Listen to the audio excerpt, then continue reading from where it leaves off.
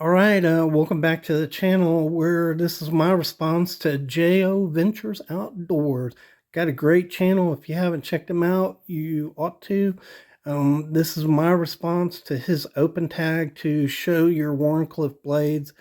Warrencliff blade is one of my favorites blades. It's just awesome looking on a knife. And I don't have a lot of Warrencliff blades. But I thought I'd take this opportunity to go ahead and talk a little bit about the history of the Warrencliff blade. Where did it come from? What is a Warrencliff blade? What is not a Warrencliff blade? I'm going to take you guys way back into history, all the way back to the Viking age, because there's some issues there. And it should be an interesting video. So if you'd like to hear all about that, go ahead and check out the video. You sent me a smoochy picture?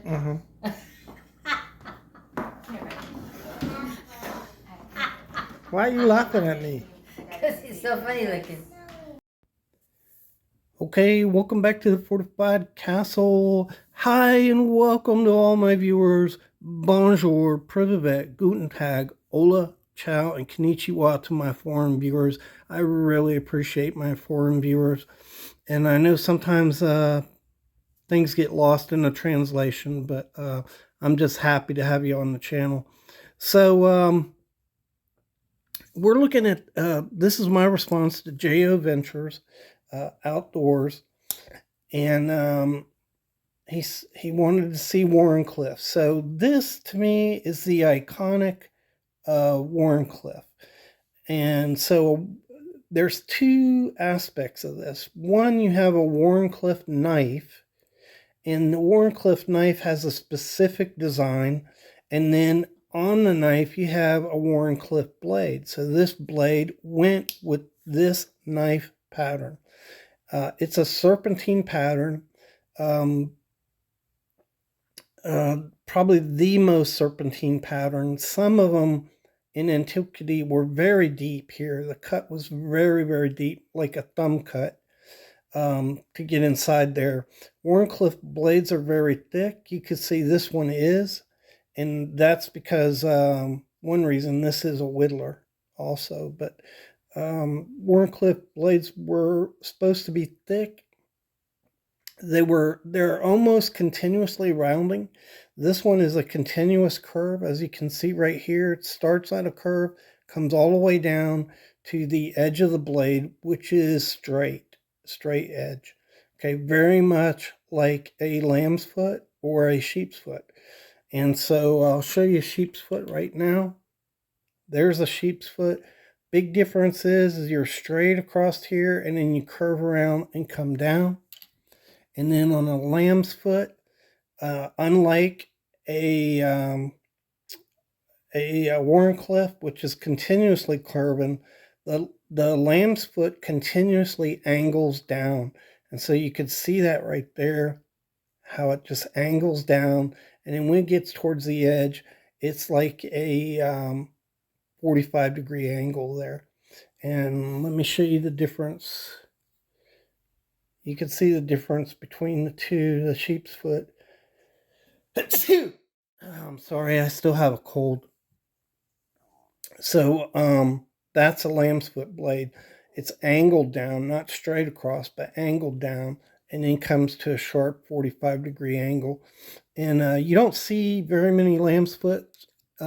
This is a vintage knife. This is a Winchester, old vintage Winchester, but you don't see very many lamb's foot in America. It was it's really big over in England. They use them a lot, put them on their blades a lot, and they also use a lot of Warrencliffs. But this is iconic right here. When Case made this knife, they hit it out of the park. And I'm going to show you some pictures of vintage lamb's foots. This is another lamb's foot. This is an English knife. It is an older knife. And you can see the blade comes out. On some of them, it's kind of straight right here. But just past Ricasso, they start sloping all the way down. until they get to that straight edge right there. And that's the iconic lamb's foot. This is a American-made knife, novelty cutlery. You can see here the knife is not straight at all. And so it comes up a little, and then it starts right about here, starts rotating down, comes all the way down. Now the edge is not straight on this, but it's been worn, so that's from sharpening. I have no doubt this edge was straight when it was first made, and it's a whittler and a Congress knife, so it's really unusual. And that's probably the oldest example of a Warrencliff that I've seen in an American knife. But we'll show you some other ones here. This is Rosecraft's Warrencliff on a old French style pattern here. It's called the Broad River Jack. But if you'll notice, it's straight across here almost about 2/3 of the way. And then about a third, it starts sloping down. And so a lot of companies will call that a Warrencliff. And it's like a Warrencliff tip, but this is more like a modified lamb's foot to me. If you look at the lamb's foot and you look at this knife, it's kind of a modified lamb's foot. You have that 45 degree angle, and then it slopes right here. So it's not really a Warrencliff. Okay, you can see that right there. Kind of looks like it, but it really isn't. And you'll see that. I'm going to show you some pictures of what these things look like. And here's another one. This is Northfield. And you can see it comes out straight, and then again, about 2/3 into it, it slopes down to that Warrencliff blade. So I would think of that more of a modified Warrencliff, is what I would call it. This is a Colt knife, Chinese made. Its secondary blade is a Warrencliff, but again, a lot of that blade is just straight across there. And then right here, it slopes down and to meet the edge. So I don't think these are true Warrencliffs. And I know I'm going to cause a lot of comments about that, but I'll show you why here in a minute. All right.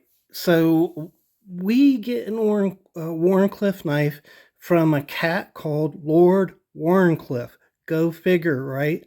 That catchy name. So he was a gentry in England, and he and another fellow wanted to design a knife that was more substantial, that was thick, like this knife here, that would hold up to whittling, had a strong point.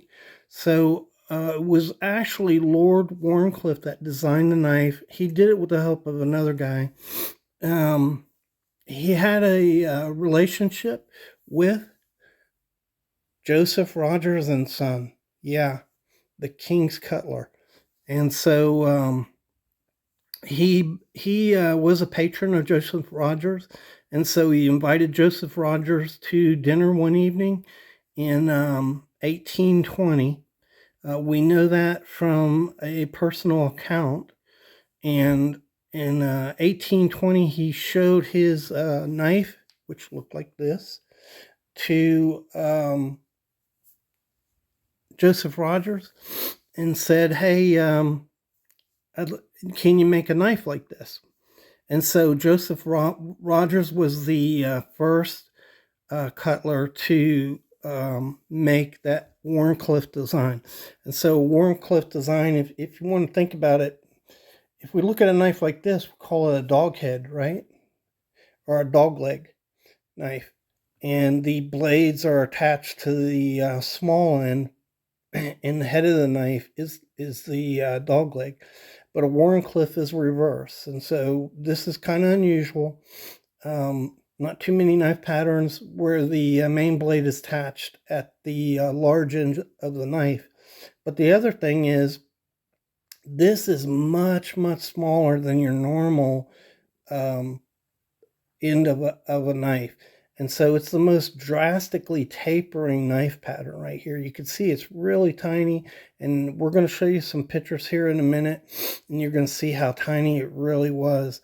And so that was the Warrencliff knife. It had this shape and this shaped blade right here, which was designed by Lord Warrencliffe. And so it was Joseph Rogers who initially did that. And so I'm showing you right now some pictures from Mappin Brothers. They started out around 1832. I think they really got going, but it was a very big company in England. And you can see the first picture, it is the model number, and you can see Warrencliff knife on there.